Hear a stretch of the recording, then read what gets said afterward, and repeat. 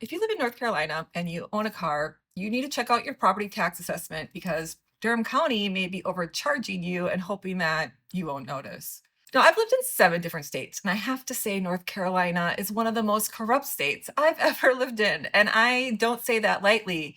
But considering that I'm already suing 3 district court judges and the North Carolina Court of Appeals that's refusing to release the names of judges in violation of the First Amendment, but that's another story. So in North Carolina, they charge a personal property tax on cars every year. Now, when I first moved here, my bill was pretty high, but it was rushed, so I didn't have a chance to fully scrutinize it. I figured that this year it would drop since, cars depreciate. That's how value works. And according to the law, they have to base it in terms of what the car would be priced at for someone willing to actually buy it. But this year it only dropped by like $20. And I thought, how is that possible? I looked closer and I realized that they had my car listed under a different model name, one that's worth about $10,000 more than what I actually drive. Then I checked my 2024 assessment, same thing. So under North Carolina General Statute 105-381, if there's a clerical error in your property tax assessment, you can actually request a refund going back up to 5 years. So I contacted the Durham County Tax Administration to get my money back. I mean, we're talking about, I don't know, $300 to $400, to which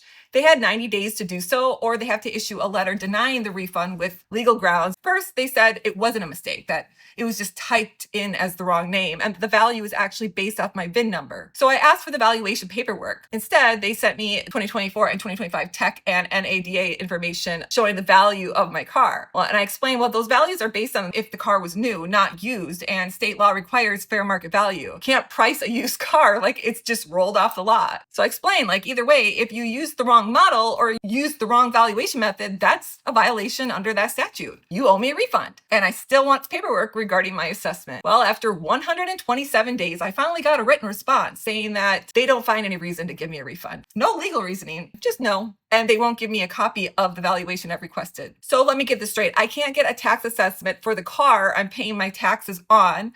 I can't get names of judges who dismissed my case without explanation. Why is there a public records law if you can't even enforce it? Because the only way I can get these records is if I take them to court. But now I have to take Durham County to court over this $300. And I will, because here's the thing. If they're doing it to me, they're doing it to others. And I want a public record of it because they're betting that I won't do anything. That's what they think. Because what, $300 isn't worth anyone's time. But what people don't understand, that this isn't about money. It's about the rule of law. It's about accountability, because this is how corruption works. Not in big dramatic moments and huge numbers, but in small repeated violations that add up across thousands of people who never push back. So I recommend you checking out your assessment and see if you deserve a refund too. And I will let you know how all this turns out, as I always do.